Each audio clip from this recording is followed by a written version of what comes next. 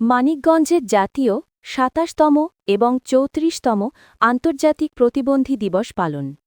মানিকগঞ্জ প্রতিনিধি আজাহর হোসেনের প্রতিবেদনে।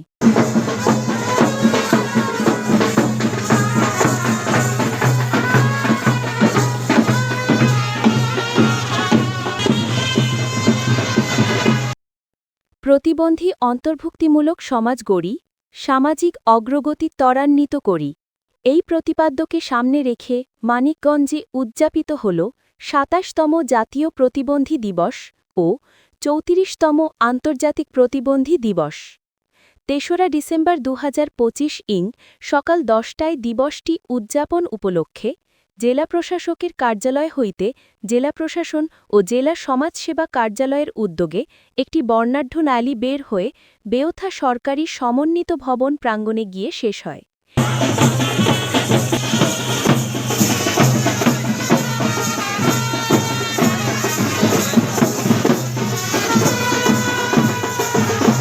এরপর সমন্বিত ভবনের মাল্টিপারপাস হল রুমে অনুষ্ঠিত হয় আলোচনা সভা ও সাংস্কৃতিক অনুষ্ঠান।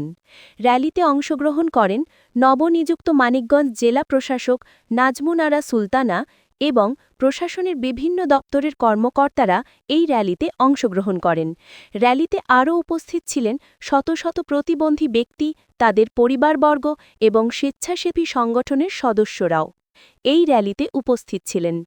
জেলা সমাজসেবা কার্যালয়ের উপপরিচালক আব্দুল বাতেন অনুষ্ঠানে সভাপতিত্ব করেন। অনুষ্ঠানে প্রধান অতিথি হিসেবে উপস্থিত ছিলেন নবনিযুক্ত জেলা প্রশাসক নাজমুন আরা সুলতানা।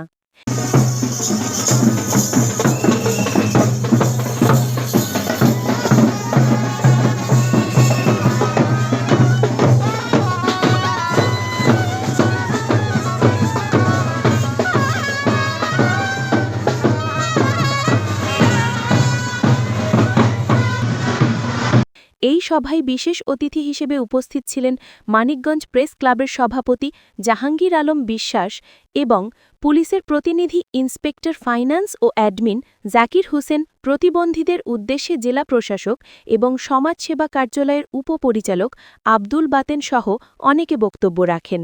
সেই সময় অনুষ্ঠানে বিভিন্ন প্রিন্ট মিডিয়া সাংবাদিকবৃন্দ উপস্থিত ছিলেন। বক্তারা অনুষ্ঠানে প্রতিবন্ধীদের অধিকার, শিক্ষা, চিকিৎসা, কর্মসংস্থান ও সমাজের মূল ধারায় অন্তর্ভুক্তির বিষয় নানা বার্তা তুলে ধরা হয়।